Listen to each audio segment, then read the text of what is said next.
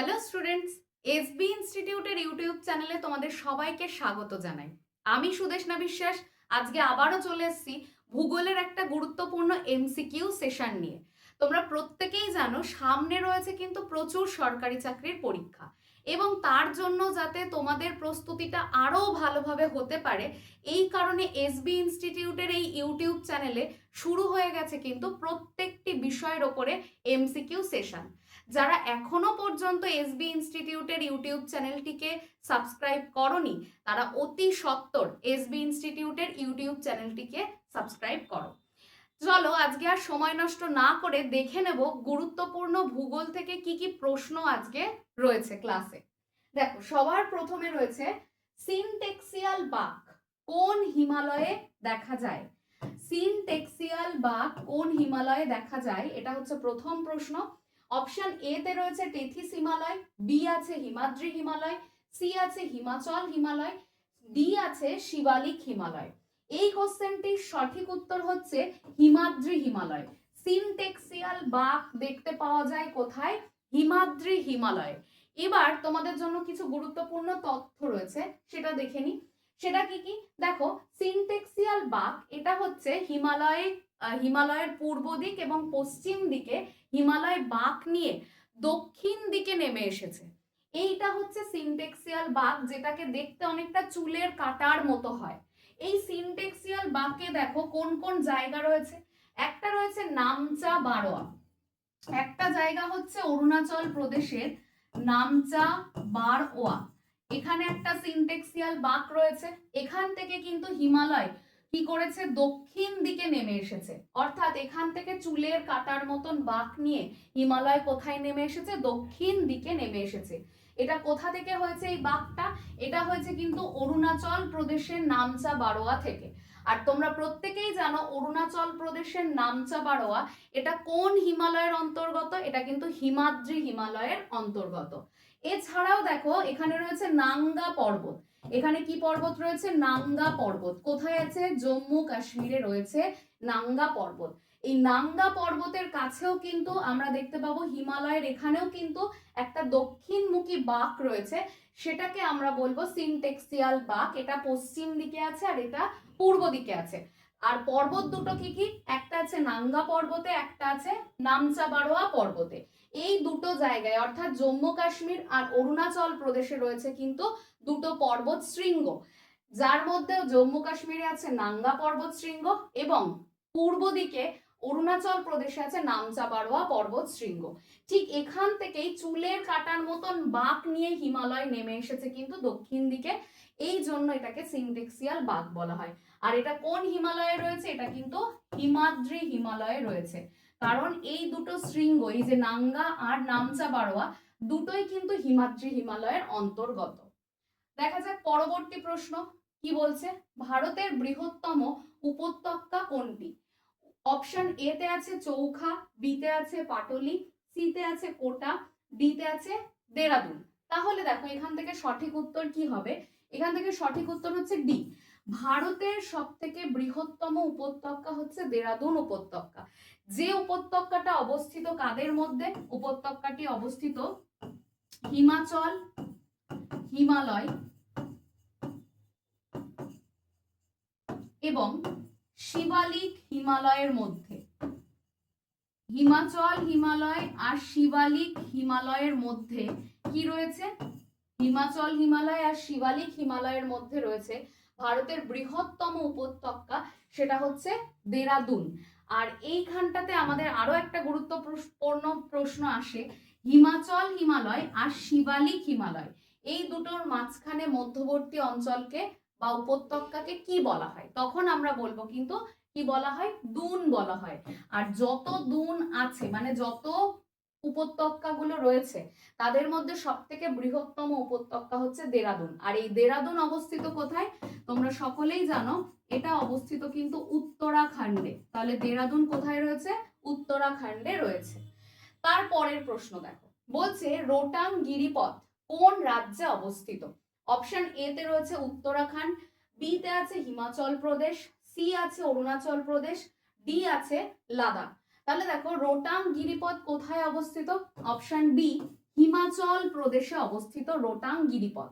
এবার কথা হচ্ছে এই রোটাং পাস বা রোটাং গিরিপথ কাদেরকে যুক্ত করছে?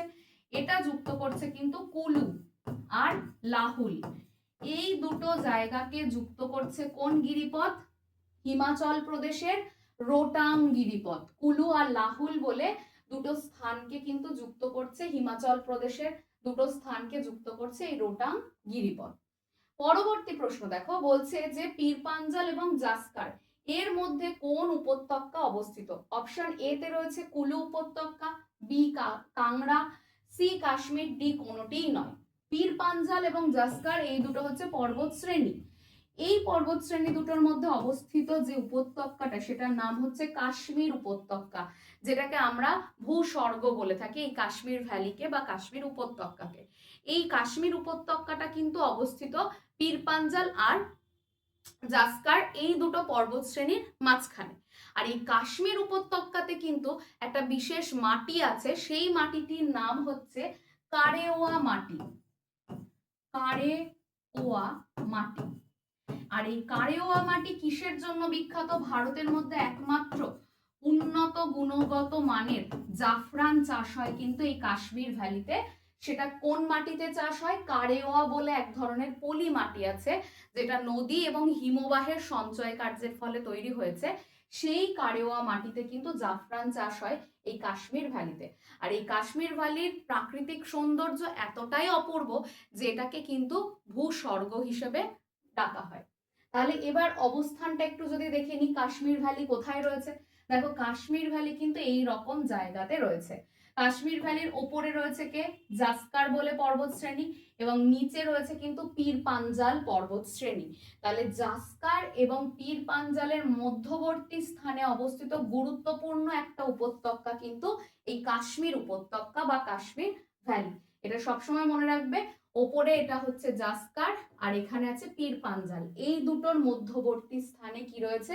কাশ্মীর ভ্যালি রয়েছে। পরবর্তী প্রশ্ন দেখো, বলছে যে ভারতের উচ্চতম গিরিপথ কোনটি? অপশন এ তে আছে বানিহাল, বি আছে Mana pass, C Rohtang pass, D Pir Panjal. দেখো উচ্চতম গিরিপথ বললেই আমরা মনে রাখবো মানা পাস। এই মানা পাসের আরেকটা কিন্তু নাম আছে, সেটা হচ্ছে ডুংরিলা। ডুংরিলা। তাহলে আমরা মনে রাখবো যে মানা পাস বা ডুংরিলা এটাই হচ্ছে ভারতের কিন্তু উচ্চতম গিরিপথ। এটার উচ্চতা কিন্তু প্রায় 5000 মিটারের থেকেও অনেকটা বেশি, 5300 সামথিং এরকম উচ্চতা কিন্তু এই মানা পাস বা ডুংরিলার রয়েছে। আর এই ভারতের উচ্চতম যে গিরিপথটা দেখতে পাচ্ছি এটা আমরা কোন হিমালয়ের মধ্যে দেখতে পাই? মনে রাখবে এটা কিন্তু কুমায়ুন হিমালয়ে দেখতে পাওয়া যায়। এটা কুমায়ুন হিমালয়ে দেখতে পাওয়া যায়, মানে উত্তরাখণ্ডে কিন্তু আমরা মানা পাস বা ডুংরিলাকে দেখতে পাই। তাহলে এটা ভালো করে মনে রাখবে, জিজ্ঞাসা করতে পারে যে মানা পাস বা ডুংরিলা পাস কোন হিমালয়ের অন্তর্গত, তখন বলবে কুমায়ুন হিমালয়ের অন্তর্গত। পরবর্তী প্রশ্ন দেখো, বলছে নিম্নলিখিত পর্বতগুলির মধ্যে বিচ্ছিন্ন ক্ষয়জাত পর্বত কোনটি? অপশন এ তে রয়েছে দেখো সাতপুরা, বি তে আছে বিন্ধ্য, সি তে আছে পূর্বঘাট, ডি তে আছে হিমালয়। দেখো এতগুলো পর্বতের মধ্যে সব থেকে বিচ্ছিন্ন ক্ষয়জাত পর্বত হচ্ছে পূর্বঘাট। প্রত্যেকটা পর্বত থেকে কিন্তু পড়তে হবে বা জানতে হবে যে কোন পর্বত কি জাতীয় পর্বত। যেমন ধরো এখানে রয়েছে সাতপুরা। সাতপুরা কি পর্বত? সাতপুরা একটা স্তূপ পর্বত। বিন্ধ্য কি পর্বত? স্তূপ পর্বত। হিমালয় কি পর্বত? ভঙ্গিল পর্বত। তাহলে এই জায়গাটা থেকে ভালো করে মাথায় রাখবো যে পূর্বঘাট কিন্তু ক্ষয়জাত এবং বিচ্ছিন্ন পর্বতমালা। পরবর্তী প্রশ্ন দেখো, আর এখান থেকে একটা কোশ্চেন অবশ্যই মনে রাখবে, পূর্বঘাটের সর্বোচ্চ শৃঙ্গের নাম জিন্দাগাদা। জিন্দাগাদা, যেটা অন্ধ্রপ্রদেশে রয়েছে। পূর্বঘাট পর্বতমালার সর্বোচ্চ শৃঙ্গ জিন্দাগাদা। পরবর্তী প্রশ্ন দেখো, বলছে ভারতের সর্বোচ্চ শৃঙ্গ কোন পর্বত শ্রেণীতে অবস্থিত? অপশন এ তে আছে Pir Panjal, B Zanskar, C Karakoram, D Himalaya. তাহলে ভারতের সর্বোচ্চ শৃঙ্গ কোন পর্বত শ্রেণীতে অবস্থিত যদি জিজ্ঞাসা করা হয়, তাহলে আমাদের সঠিক উত্তর হয়ে যাবে কিন্তু কারাকোরাম অর্থাৎ সি। সবার আগে তোমাকে জানতে হবে ভারতের সর্বোচ্চ শৃঙ্গের নাম কি। সেটা হচ্ছে গড উইন অস্টিন, যেটাকে আমরা শর্টে কি বলি, কেটু বলি। তাহলে গডউইন অস্টিন বা কেটু, এটা হচ্ছে ভারতের সমস্ত যত শৃঙ্গ আছে তাদের মধ্যে সর্বোচ্চ। আর এই কেটু অবস্থিত কোথায়? কেটু অবস্থিত কিন্তু কারাকোরাম মানে পর্বত শ্রেণীতে। তাহলে আমাদের এই জায়গাটাকে কিন্তু ভালো করে মাথায় রাখতে হবে। এরপর চলে আসো, উত্তরাখণ্ডের সর্বোচ্চ শৃঙ্গের নাম কি? অপশন এ তে রয়েছে ধৌলাধর, বি আছে Kamet, C Nanda Devi, D Rio পারগেল। দেখো উত্তরাখণ্ডের সর্বোচ্চ শৃঙ্গ বললেই নন্দা দেবীর কথা কিন্তু অবশ্যই আমাদের মনে রাখতে হবে। নন্দা দেবী কিন্তু উত্তরাখণ্ডের সর্বোচ্চ শৃঙ্গ। আর এই যে কামেট আর রিও পারগেল দুটোই কিন্তু কোথায় অবস্থিত? জাস্কার পর্বত শ্রেণীতে অবস্থিত। আর রিও পারগেল এটা হচ্ছে জাস্কারের সর্বোচ্চ শৃঙ্গ। রিও পারগেল এটা জাস্কার পর্বত শ্রেণীর সর্বোচ্চ শৃঙ্গ। তাহলে উত্তরাখণ্ডের সর্বোচ্চ শৃঙ্গের নাম কি? নন্দা দেবী। এটা অবশ্যই মনে রাখবে। পরবর্তী প্রশ্নে চলে এসো।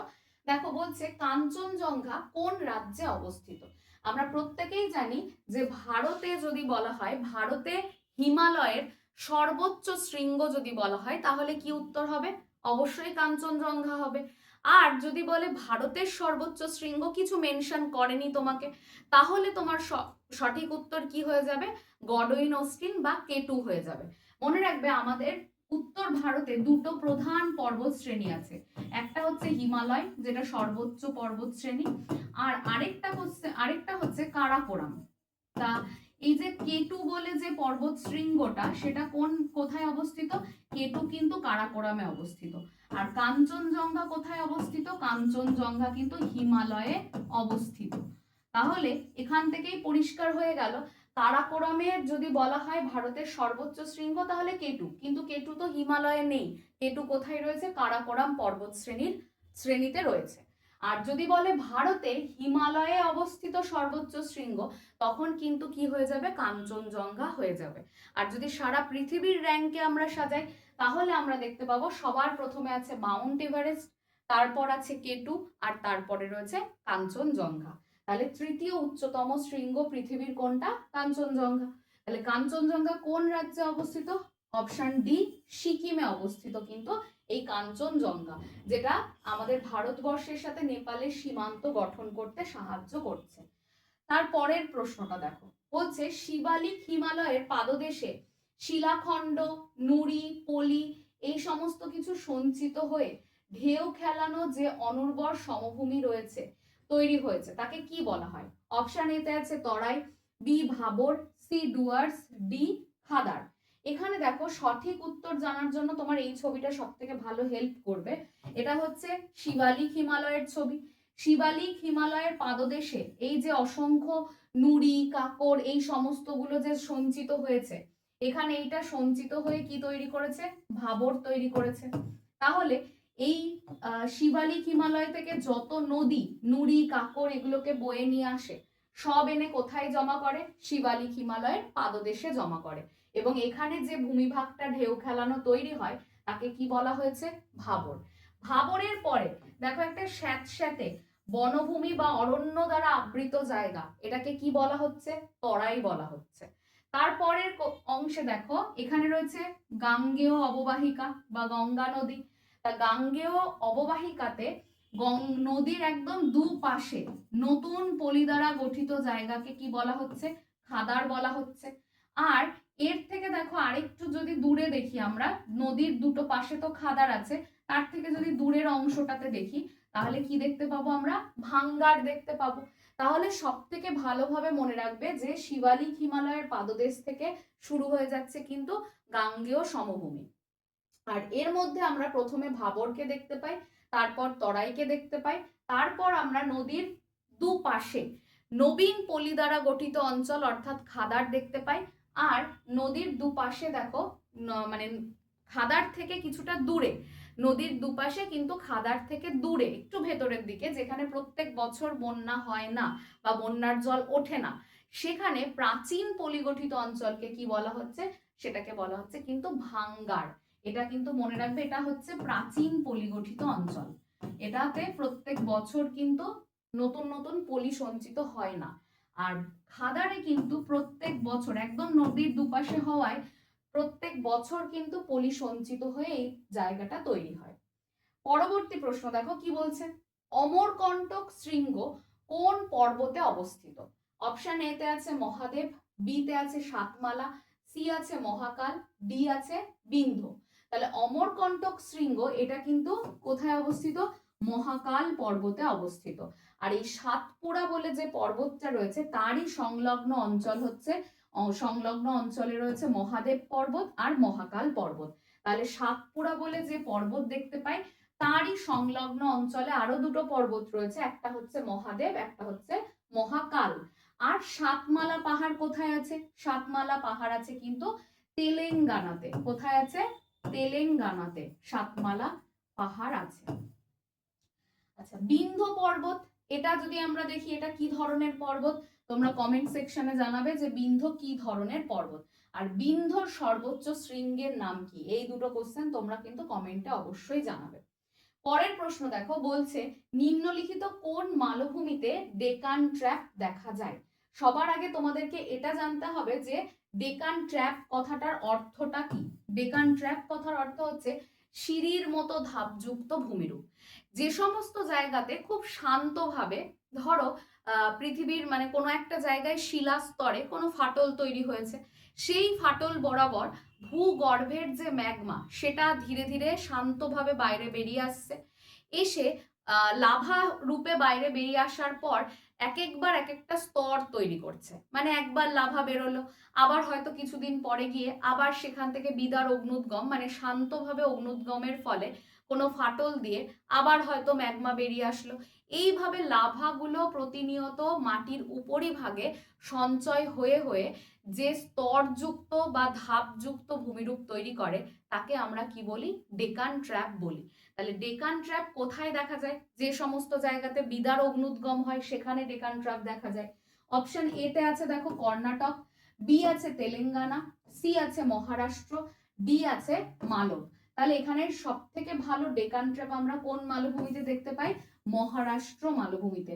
আর মহারাষ্ট্র মালভূমি কোন শিলা দিয়ে গঠিত? ব্যাসল্ট শিলা দিয়ে মহারাষ্ট্র মালভূমি গঠিত।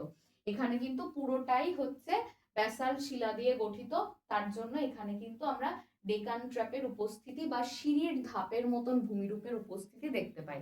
পুরোটাই কিন্তু লাভার আস্তরণগুলো সঞ্চিত হয়ে হয়ে এই সিঁড়ির মতন ধাপযুক্ত ভূমিরূপ তৈরি হয়। তাহলে এটা খেয়াল রাখবে। এছাড়া তো রয়েছে কর্ণাটক।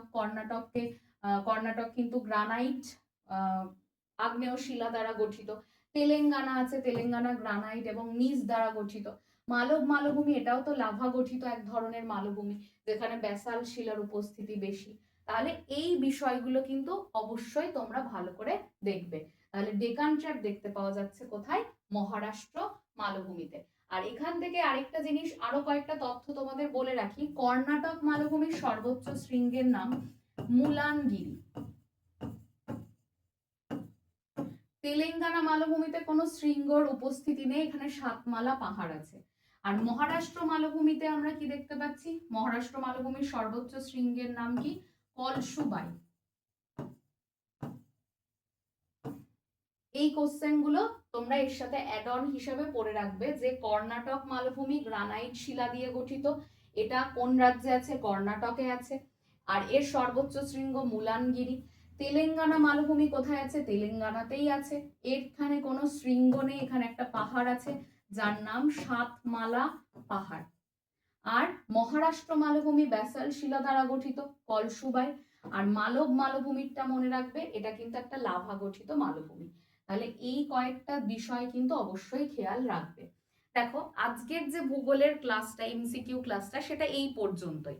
দেখা তো হবেই আবার পরবর্তী জিওগ্রাফি এবং স্ট্যাটিক জিকের ক্লাসে। যারা এখনো পর্যন্ত এসবি ইনস্টিটিউটের চ্যানেলটিকে সাবস্ক্রাইব করোনি তারা অতি সত্বর সাবস্ক্রাইব করো, কারণ এখানে ম্যাথ, জিআই, জিকে থেকে শুরু করে হিস্ট্রি, জিওগ্রাফি, প্রত্যেকটা বিষয়ের, পলিটি, প্রত্যেকটি বিষয়ের কিন্তু এমসিকিউ সেশন চলছে। তাই আজকে আমার এই ক্লাসটি এই পর্যন্তই। দেখা হচ্ছে তোমাদের সাথে পরবর্তী ভিডিও। আর ভিডিও ভালো লাগলে কিন্তু লাইক, শেয়ার এবং কমেন্ট করতে ভুলো না। ধন্যবাদ সবাইকে।